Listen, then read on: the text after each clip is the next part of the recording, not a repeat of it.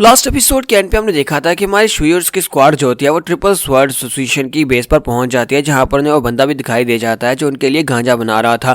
लेकिन वो बंदा जो होता है ब्लैक स्वर्ड सोसाइटी से ताल्लुक रखता है और उसकी ब्लैक स्वर्ड सोसाइटी के डिस्ट्रॉय होने के बाद उसका जिम्मेदार समाते को ठहराता है और उसे मारना चाहता है, जबकि शुई वहां पर उन सभी को मारी होती है। शुई कहता है कि जहाँ पर जितने भी लोग हैं उन सभी को टेक डाउन करना होगा, जो लोग जहाँ पर म्यूरम अलायंस का नाम खराब कर रहे हैं उन सभी को आज मरना होगा। और शुई इन सभी को वहां पर मारते हुए आगे की तरफ बाड़ी होती है, जबकि हमारा जो वुजन होता है वो उसे कहता है कि तुम्हें जहाँ पर इस बारे में सोचना चाहिए कि वहाँ पर जो मेन बॉसेस है उनको कैसे हराना है। जहाँ पर स्मॉल फ्राइज को तो मेरे साथ ही संभाल लेंगे। सामने छत के ऊपर उन्हें दिखाई देता है कि वो बंदा जो कि जहाँ पर जिनके लिए गांजा बनाता है ऊपर सामने खड़ा होता है। तो ये देखने के बाद शुई कहते हैं कि मुझे ये बंदा याद है, इस बंदे का नाम तो चू बांजी है। जबकि चू बांजी भी वहाँ पर आके से जोर जोर से हंसना शुरू कर देता है और कहता है कि मुझे लगता है कि मैं तुम्हें याद ही होगा, तुम मुझे कैसे बोल सकती हो। तो शुई से कहती है कि अपनी बकवास बंद करो, तुम इतना घटिया काम कैसे कर सकते हो। तुम्हारा वुजन कहता है कि बात है, क्या तुम वहाँ पर देख रहे हो वो बंदा जो टकला है, मुझे लगता है कि वही जहाँ पर तुम्हारा फेस चेंज करके यहाँ पर ये सारे गंदे काम कर रहा था। अगर तुम जहाँ पर बदला लेना चाहते हो तुम उससे बदला ले सकते हो। माते उसे कहता है कि बॉस क्या वाकई में यही वो बंदा है। तो वुजन कहता है हाँ यही वो बंदा है, क्योंकि मुझे इसके ऊपर फेस चेंजिंग टेक्निक के ट्रेसेस दिखाई दे रहे हैं। मुझे लगता है कि यही बंदा यहाँ पर फेस चेंजिंग टेक्निक को यूज करता रहा है। ऐसे भी इसका चेहरा तुम्हारे चेहरे से काफी ज्यादा मिलता जुलता भी है। तुम्हारा समाते कहता है क्या बकवास कर रहा है, मेरा चेहरा उसके साथ कहाँ से मिलता जुलता है। तुम्हारा वुजन उसे कहता है कि अब यहाँ पर सभी को किसी न किसी से तो फाइट करनी पड़ेगी। वहाँ पर टोटल 3 लोग हैं, मैं चाहता हूँ कि तुम लेफ्ट वाले को संभालो, लेफ्ट वाले से तुम फाइट करोगे। तो स्मार्टी कहता है क्या मुझे फाइट करनी होगी। तो वुजन कहता है तो क्या तुम चाहते हो कि मैं उससे फाइट करूं। तो स्मार्टी आगे से खामोश हो जाता है, जबकि हमारा वुजन घूर कर उसकी तरफ देखता है और कहता है जाओ जाकर उसे फाइट करो। क्योंकि स्मार्टी बेचारा उदास होकर आगे बढ़ जाता है और कहता है कि यहाँ पर और भी काफी सारे लोग हैं, लेकिन फिर जब मुझसे क्यों कह रहा है कि मुझे जाकर उससे फाइट करनी है।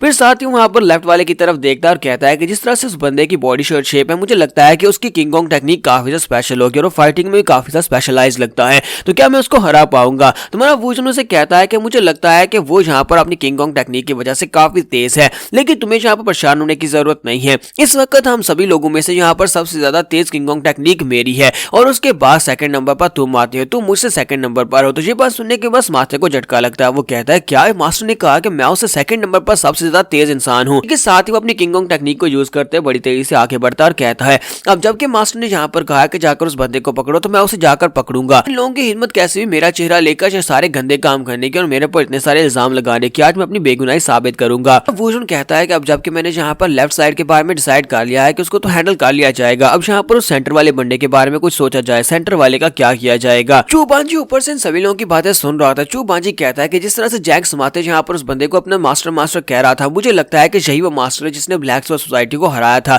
इसका मतलब यह है कि सारा कुछ जैक समाते ने नहीं किया बल्कि तुमने किया है। की तरफ इशारा करते हुए कहता है कि क्या तुमने ये किया है, क्या तुमने ब्लैक स्वर्ड सोसाइटी को हराया है। तुम्हारा वुजन उसे कहता है कि अगर मैं कहूं कि हाँ तो फिर तुम यहाँ पर मेरा क्या बिगाड़ लोगे। तो चू बांजी चलाकर उसे कहता है कि मैं तुम्हें मार डालूंगा, कमीने कहीं के, घटिया इंसान कहीं के, मैं तुम्हें नहीं छोड़ूंगा। तुम्हारा वुजन उसे कहता है कि अपनी बकवास बंद करो। जैसे उसे ये कहता है, इसी के साथ ही चू बांजी जो होता है उसकी बॉडी के अंदर से क्रिम्सन कलर की एनर्जी निकलना शुरू हो जाती है। वो चला चलाकर उसे कह रहा होता है कि तुमने मेरे पास से मेरी रेफ्यूजी छीन ली। मैं वहां पर ब्लैक स्वर्ड सोसाइटी में रहता था, वहां पर उन लोगों ने मुझे रहने के लिए जगह दी थी, तुम्हारी वजह से मेरी पूरी फैमिली मारी गई।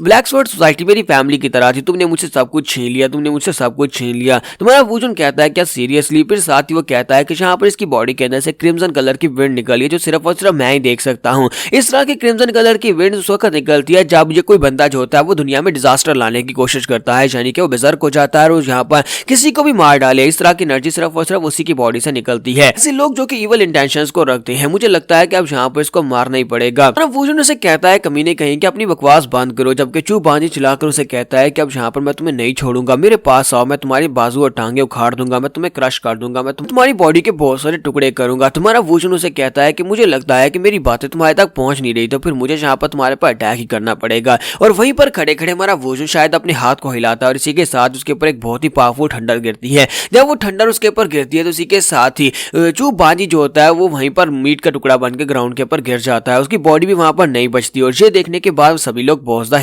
हैरान हो जाते हैं कि वो सेक्टर लीडर जो कि साइतामा के जैसा दिखता है वो कहता है कि ये यहाँ पर क्या हुआ। के साथ साथ मूजिन और शुई वो दोनों भी इस बात से बहुत ज्यादा हैरान होते हैं और कहते हैं कि आखिर यहाँ पर हुआ क्या, हम सभी लोग यहाँ पर देख भी नहीं पाए, आखिर ये बंदा है कौन। तो हमारा वुजन जो होता है वहां पर अपने बाल खोलकर खड़ा होता है। जब वहां पर अटैक करता है तो उसके बाल खुल जाते हैं और वहां पर काफी खतरनाक लग रहा होता है। तो शुई कहती है कि आज से पहले मैं बहुत सारे लोगों का मरा हुआ देख चुकी हूँ, बहुत सारे तरीकों से मरा हुआ देख चुकी हूँ, जिसमें पॉइजन को यूज किया जाता है या फिर बहुत सारे मटेरियल्स को यूज करके बॉडीज को जलाया जाता है, लेकिन आज तक मैंने कभी इस तरह की मौत नहीं देखी। इसने पता नहीं अपने हाथ को हिलाया भी या नहीं, लेकिन एक ही झटके में जहाँ पर चूप बांजी जो था वो ग्राउंड के ऊपर गिरा पड़ा था और उसकी बॉडी भी डिस्ट्रॉय हो गई। आयन ऐसा कैसे हो सकता है, इसने ये कैसे किया होगा। शोई वूजुन की तरफ देख रही होती है कि आयन बंदा है कौन। तुम्हारा वूजुन उसे कहता है कि मेन बॉस को मैंने मार दिया और बाकी के सभी लोगों को तुम लोग खुद ही संभाल सकते हो, चलो जाओ जाकर फाइट करो। उसके बाद थोड़ी देर के बाद उन सभी को हैंडल कर लेते हैं। यहीं पर एक और बंदे को दिखाते हैं। सेम टाइम के ऊपर एक और बंदा जो होता है जो कि एक एक्सप्लोरर होता है, तो वो यहाँ पर कोई ऐसी चीज ढूंढ रहा होता है जिसकी वजह से उसे बड़ा इनाम मिल सके। तो वो नॉर्थ में डोंगटिंग लेक की तरफ आके बढ़ रहा होता है। डोंगटिंग लेक के ऊपर एक बड़ा सा पहाड़ होता है, वो उसके ऊपर चढ़ रहा होता है